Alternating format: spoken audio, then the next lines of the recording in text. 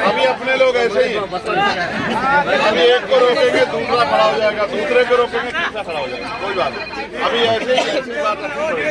अरे मुझसे बेहतर आप जानते हो कि यहाँ क्या हुआ जी। मैंने तो सुना है, आपने देखा, कुछ ने देखा है, कुछ ने सहा है किस तरह से 11 तारीख में जो हुआ, 12 तारीख में जो हुआ, फिर 13-14 में आपके बच्चों के साथ जो हुआ, घर में घुस के बहनों के साथ, माओ के साथ जो हुआ, वो सब आपने देखा और सहा। फिर 15 तारीख को सोमनाथ के साथ क्या हुआ और 16 तारीख को वकोड़े साहब के साथ क्या हुआ, ये भी सब आपके सामने। आपने अपनी आंखों से जुल्म देखे, आपने अपनी आंखों से अपने लोगों पे होते हुए अत्याचार को देखा। मैंने तो सुना है, मैं सुन के इतना तकलीफ में हूं, आपने तो देखा सहा है, मैं क्या कह सकता हूं। हम सिर्फ एक बात की कीमत चुका रहे हैं कि हम झुकना नहीं चाहते। हम इस देश में सिर्फ एक बात की कीमत चुका रहे हैं कि हम इस देश के संविधान की सुरक्षा की गारंटी लेके बैठे हैं। जबकि संविधान ने तो सबको अधिकार दिया, लेकिन हमारे दिल में ज्यादा दर्द है संविधान के खिलाफ। जब भी एक हल्की सी भी आंच आती है तो हमें तकलीफ होती है। हम तो संविधान की प्रतिकृति पे लड़ गए, बाबा साहब के स्टैचू पे लड़ गए, मगर संविधान पे तो हमला बहुत बड़ा हो रहा है।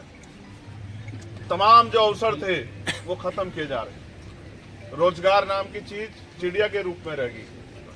महंगाई ने कमर तोड़ दी, नौजवान पढ़ा लिखा बेरोजगार घूम रहा है, घर में खाने को लोगों के पास रोटी नहीं, कोई सुनने को नहीं है। पहले अवसर थे, आरक्षण की वजह से कुर्सियों पर बैठ जाते थे हमारे लोग, आज उन नौकरियों को निजीकरण करके खत्म किया जा रहा है। बहुत कुछ, सब ये भी सब संविधान पे अपमान है। क्योंकि बाबा साहब ने क्या कहा था, बाबा साहब ने कहा था कि संविधान जब तक मुझे मेरे जाने के बाद मरा मत समझना, जब तक संविधान जिंदा मैं जिंदा। इसलिए हम लोग संविधान से प्यार करते हैं, इसलिए हम लोग संविधान को बाबा साहब के रूप में मानते हैं। ये लोग नहीं समझते, इनके लिए संविधान मात्र एक किताब है, हमारे लिए सब कुछ, हमारी दुनिया है संविधान। बाबा साहब अम्बेडकर हमारे रहबर हैं। कोई कुछ भी कह देता है, लेकिन बाबा साहब हमारे लिए भगवान से भी ज्यादा। अगर आज हम यहाँ हैं तो बाबा साहब अम्बेडकर की वजह से। यहाँ जो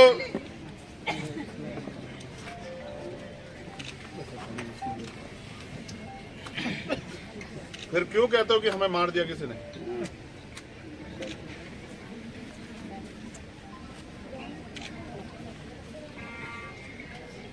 किस तरह से निर्दोष लोगों को पकड़ के सिर्फ इसलिए कि उन्होंने नीला टीका लगाया, उन्होंने नीला पटका पहना है, उनके हाथ पे तथागत बुद्ध का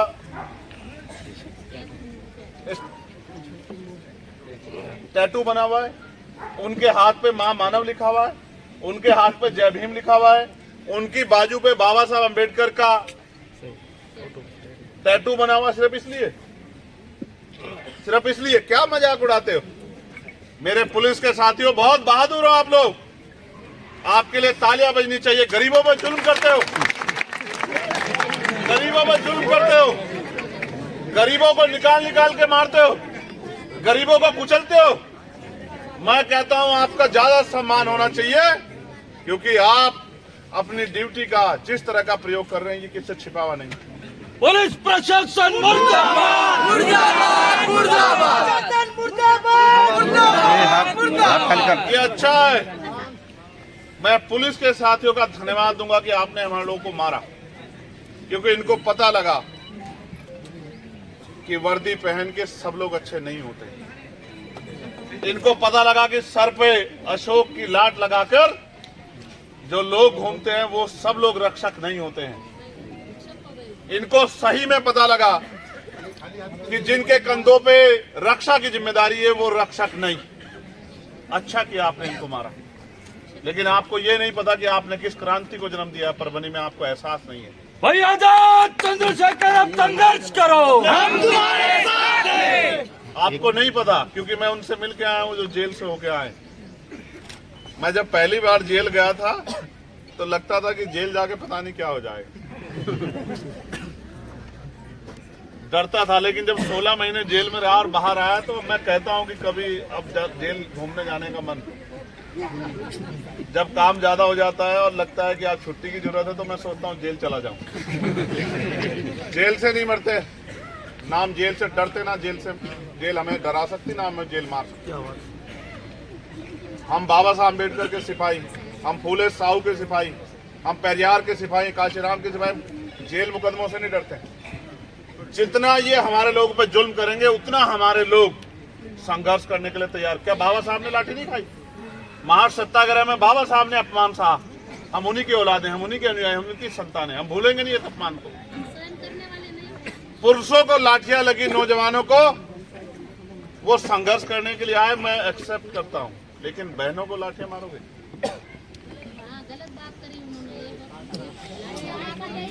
ये किसी भी कीमत पे स्वीकार्य नहीं।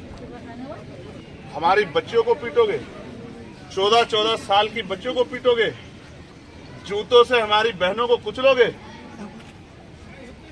धिक्कार है तुम पे, तुम्हारी बहादुरी पर धिक्कार। प्रयास किया, लेकिन मुझे दर्द का इस तरह का एहसास नहीं था जिस तरह का यहाँ आने के बाद हुआ, सब कुछ जान के।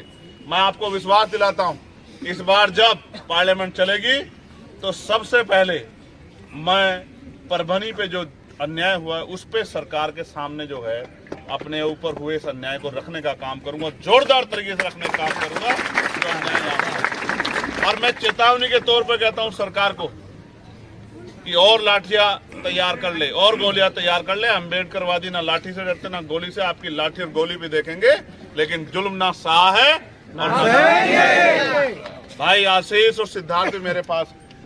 मैं इन दोनों को भी कहना चाहता हूं, जो काम विजय साहब अधूरा छोड़ गए उस काम को पूरा करना है। सिपाही बनके समाज का संरक्षण करना है, समाज को छांव देनी है, समाज को फूल देने, समाज को फल देने, और अपना जीवन निछावर करके समाज के विश्वास को मजबूत रखना है कि हम सब लोग एक दूसरे के साथ। और मैं यहाँ खड़े हर एक अम्बेडकरवादी को कहना चाहता हूँ, मैंने पूछा सच में उनसे जो लोग जेल गए थे, आप पूछ लेना, मैं झूठ नहीं बोलता। मैंने पूछा कि डर निकल गया है, तो बोले निकल। मैं 2 बार तिहाड़ रहा, मैंने एक बार में 250 लाठियां खाई। विश्वास करो, लाठी से नहीं डरते हम लोग, मार से नहीं डरते। मार तो हम सदियों से खाते आ रहे हैं, लेकिन सोचो कि अगर हम आत्म सम्मान के लिए जब भीमा कोरेगांव जैसा युद्ध लड़ सकते हैं तो क्या हम कमजोर हैं? हम तो उस समय क्योंकि राजतंत्र था तो हमने भीमा कोरेगांव लड़ा। अब लोकतंत्र है, लोकशाही है, संविधान का युग है, तो हम कलम की ताकत से लड़ेंगे। मैं आपको विश्वास दिलाता हूं और हम जीतेंगे। आप हिम्मत मत हारना। मैं नौजवानों से भी कहना चाहता हूं, संघर्ष करो, और सबसे ज्यादा संघर्ष करने से पहले पढ़ो, संविधान को पढ़ो, अपने अधिकारों को जानो, अपने कर्तव्यों को जानो और अनुशासित होकर आगे बढ़ो। क्योंकि भीड़ कभी ना विचार देती ना राज करती, भीड़ भीड़ होती है। आपको अपने महापुरुषों के रास्ते पे चल के आदर्श स्थापित करना है। मैं यहाँ के भीम सैनिकों का धन्यवाद करता हूँ कि उन्होंने संघर्ष का रास्ता चुना।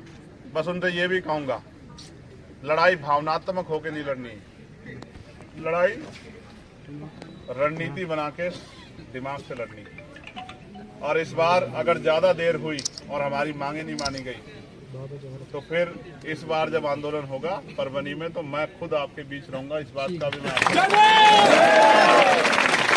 लेकिन मैं आपको ये भी कहता हूँ, आंदोलन भी फिर ऐसा होना चाहिए कि आंदोलन यहाँ हो और दरवाजे दिल्ली के महाराष्ट्र और दिल्ली, मुंबई और दिल्ली दोनों के खड़कने चाहिए।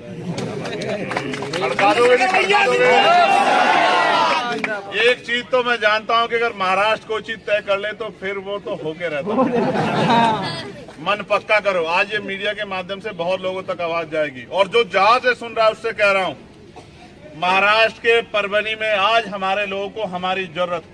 अगर आज हम उनके साथ नहीं खड़े हो सकते हैं तो कल हम झूठा दिखावा ना करें। और जो यहाँ की पॉलिटिकल पार्टियां उनको कहना चाहता हूँ, अम्बेडकर वादियों के वोट लिए हैं आपने, आपने चुनाव के समय आके इनसे वोट मांगा है, पार्लियामेंट आपके असेंबली का सेशन चला गया, क्यों असेंबली में आपने सरकार से जवाब नहीं मांगा कि जो मुख्यमंत्री खड़े होकर झूठ बोल के कह रहे हैं कि इस महिला को इसलिए मारा गया, सोमनाथ को बीमारी थी, ना सोमनाथ को बीमारी थी, ना उस महिला का कोई दोष था तो आपकी घटिया सोच का दोष था, जो डॉक्टर अंबेडकर के खिलाफ है, जो संविधान के खिलाफ है, जो कमजोरों के खिलाफ है, जो अल्पसंख्यकों के खिलाफ है। और आपकी सोच को आपको बदलना पड़ेगा, क्योंकि हम कुछ तो बात है कि हस्ती मिट्टी नहीं हमारी, सदियों रहा है दुश्मन दौरे जमा हमारा, हम कभी भी नहीं झुकेंगे। हम मर तो सकते लेकिन झुक नहीं सकते।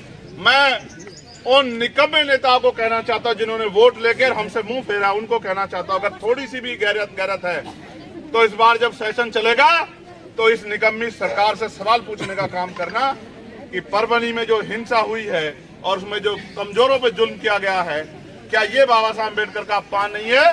क्या बाबा साहब अम्बेडकर के बच्चों के साथ हुए अन्याय का जवाब इस सरकार से आप लोगे? नहीं लोगे? लेंगे। मैं तो यहाँ कम आता हूँ, जिस दिन मैं यहाँ आने लगा तो इन बाकी पार्टियों का डब्बा गोल हो जाएगा। अभी तो मैं सोचता हूँ कि बहुत बड़ी लड़ाई है, मैं जहाँ लड़ रहा हूँ उत्तर प्रदेश में, वो भी बहुत बड़ा है। मैं सोचता हूँ यहाँ यही लोग लड़ लें जो संविधान बचाने की बात करते हैं। यहाँ हमारे बड़े नेता हैं, मैं उम्मीद लगा रहा था इस बार वो कुछ ताकत बना लेंगे, लेकिन नहीं बन पाई। लेकिन मैं आपको विश्वास दिलाता हूँ आगे आने वाले समय में हम यहाँ ताकत भी बनाएंगे, क्योंकि बाबा साहब अम्बेडकर ने कहा कि political power with the master की। सोचो अगर हमारे लोग पावर में होते, कोई पुलिस की लाठी हमारे लिए चल जाती क्या? नहीं। चल जाती क्या हमारे? नहीं। ये जो कॉम्बिंग चल रही थी, ये कॉम्बिंग कुछ घंटे के बाद बंद हो जाती नहीं होती? कॉम्बिंग होगी, ऐसी कॉम्बिंग होगी और हॉलिंग भी होगी। सबको याद रहेगी, चिंता मत करो। ना भूले ना भूलने देंगे। जय भीम, जय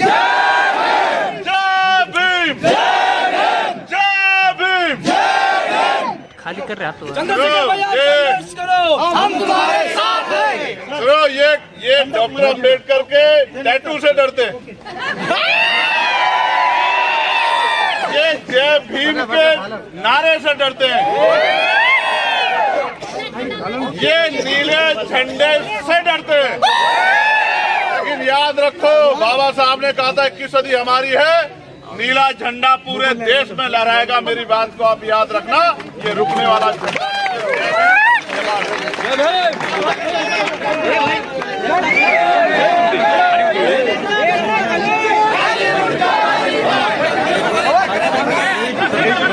सरकार ने हमारे लोगों के खिलाफ कराया, मैं इस बात को समझता हूँ, मगर मैं आपको भी कहना चाहता हूँ छोटी छोटी बात पे भावना हाथ को करके ऐसा व्यवहार के साथ मत खड़े करो। हमारे भीड़ में हमारे लोग नहीं करते हिंसा, मैं जानता हूँ। हमारे लोग संविधान को मानने वाले हैं। सोमनाथ आखिरी समय तक कह रहा था कि मेरे पेपर है, मुझे छोड़ दो, लेकिन इनको सोमनाथ पे तरस नहीं आया। ये पूछते थे जिन लोगों को पकड़ा हुआ था उनसे कि डॉक्टर अंबेडकर के टैटू देख के, इसके लिए आए थे विरोध करने, इसके लिए आए थे। तुम क्या सोचते हो? तुम्हें नहीं एहसास है कि डॉक्टर अंबेडकर क्या है हमारे लिए?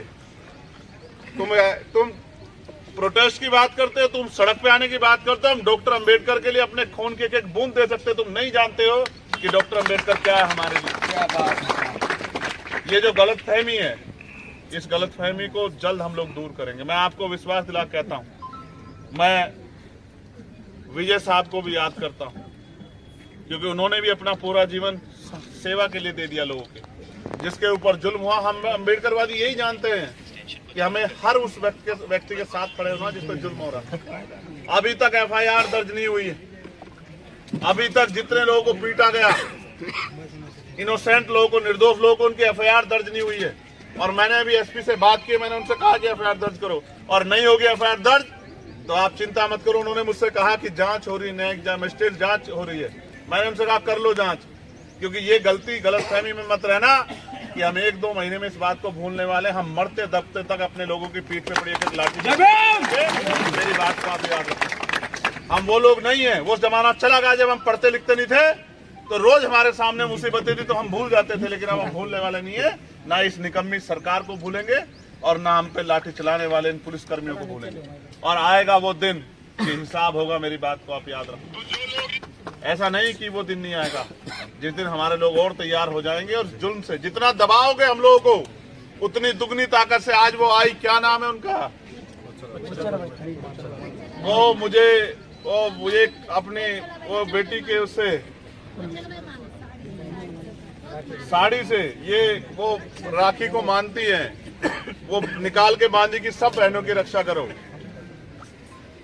और मैं तो इस राखी के उस धागे के बगैर भी मैंने यही सीखा है अपने महापुरुषों से कि बहन बेटियों की हर किसी भी जाति धर्म की उनकी रक्षा करनी है, उनके लिए लड़ना है। क्योंकि बाबा साहब अम्बेडकर ने कहा है कि मैं किसी भी समाज की प्रगति उस समाज में रहने वाली महिलाओं की प्रगति से मापता। हम तो डॉक्टर बाबा साहब अम्बेडकर के विचार पर चलने वाले लोग, हम जपते नहीं है, हम उनके विचार पर चलते। और आज इस विचार की वजह से मैं तो प्राइमरी स्कूल के हेडमास्टर का बेटा हूं। आज प्राइमरी स्कूल से और पार्लियामेंट तक का जो सफर तय किया है, अगर इसके पीछे कोई है तो वो बाबा साहब अम्बेडकर के विचार की शक्ति है, जिसके कारण मैं मेंबर पार्लियामेंट। मैं तो आपसे कह रहा हूं, हिम्मत मत हारना। ये जो चिंगारी इन लोगों ने लगाई है, इसकी तपन भी इन लोगों को कुछ दिनों में दिखाई देगी। मेरी बात को आप यार, जिस दिन हाउस चलेगा, इस बार भी मैंने प्रयास किया, लेकिन मुझे दर्द का इस तरह का एहसास नहीं था जिस तरह का यहाँ आने के बाद हुआ, सब कुछ जान के। मैं आपको विश्वास दिलाता हूँ, इस बार जब पार्लियामेंट चलेगी तो सबसे पहले मैं परभनी पे जो अन्याय हुआ है उस पे सरकार के सामने जो है अपने ऊपर हुए इस अन्याय को रखने का काम करूंगा, जोरदार तरीके से रखने का काम करूंगा जो अन्याय यहाँ है। और मैं चेतावनी के तौर पर कहता हूँ सरकार को कि और लाठियां तैयार कर ले, और गोलियां तैयार कर ले। अम्बेडकरवादी ना लाठी से डरते ना गोली से, आपकी लाठी और गोली भी देखेंगे, लेकिन जुल्म ना सहा है ना। भाई आशीष और सिद्धार्थ भी मेरे पास, मैं इन दोनों को भी कहना चाहता हूं, जो काम विजय साहब अधूरा छोड़ गए उस काम को पूरा करना है। सिपाही बनके समाज का संरक्षण करना है, समाज को छांव देनी है, समाज को फूल देने हैं, समाज को फल देने हैं, और अपना जीवन निछावर करके समाज के विश्वास को मजबूत रखना है कि हम सब लोग एक दूसरे के साथ हैं। और मैं यहाँ खड़े हर एक अम्बेडकरवादी को कहना चाहता हूँ, मैंने पूछा सच में उनसे जो लोग जेल गए थे, आप पूछ लेना, मैं झूठ नहीं बोलता। मैंने पूछा कि डर निकल गया है, तो बोले निकल। मैं 2 बार तिहाड़ रहा, मैंने एक बार में 250 लाठियां खाई। विश्वास करो, लाठी से नहीं डरते हम लोग, मार से नहीं डरते। मार तो हम सदियों से खाते आ रहे हैं, लेकिन सोचो कि अगर हम आत्मसम्मान के लिए जब भीमा कोरेगांव जैसा युद्ध लड़ सकते हैं, तो क्या हम कमजोर हैं? हम तो उस समय क्योंकि राजतंत्र था तो हमने भीमा कोरेगांव लड़ा। अब लोकतंत्र है, लोकशाही है, संविधान का युग है, तो हम कलम की ताकत से लड़ेंगे। मैं आपको विश्वास दिलाता हूं और हम जीतेंगे। आप हिम्मत मत हारना। मैं नौजवानों से भी कहना चाहता हूं, संघर्ष करो, और सबसे ज्यादा संघर्ष करने से पहले पढ़ो, संविधान को पढ़ो, अपने अधिकारों को जानो, अपने कर्तव्य को जानो, और अनुशासित होकर आगे बढ़ो। क्योंकि भीड़ कभी ना विचार देती ना राज करती, भीड़ भीड़ होती है। आपको अपने महापुरुषों के रास्ते पे चल के आदर्श स्थापित करना है। मैं यहाँ के भीम सैनिकों का धन्यवाद करता हूँ कि उन्होंने संघर्ष का रास्ता चुना। बस उनसे ये भी कहूँगा, लड़ाई भावनात्मक होकर नहीं लड़नी है, लड़ाई रणनीति बना के दिमाग से लड़नी है। और इस बार अगर ज्यादा देर हुई और हमारी मांगे नहीं मानी गई, तो फिर इस बार जब आंदोलन होगा परभनी में, तो मैं खुद आपके बीच रहूंगा। इस बात का भी मैं लेकिन मैं आपको ये भी कहता हूँ, आंदोलन भी फिर ऐसा होना चाहिए कि आंदोलन यहाँ हो और दरवाजे दिल्ली के, महाराष्ट्र और दिल्ली, मुंबई और दिल्ली दोनों के खड़कने चाहिए। खड़का दोगे नहीं खड़का दोगे? एक चीज तो मैं जानता हूं कि अगर महाराष्ट्र कोई चीज तय कर ले तो फिर वो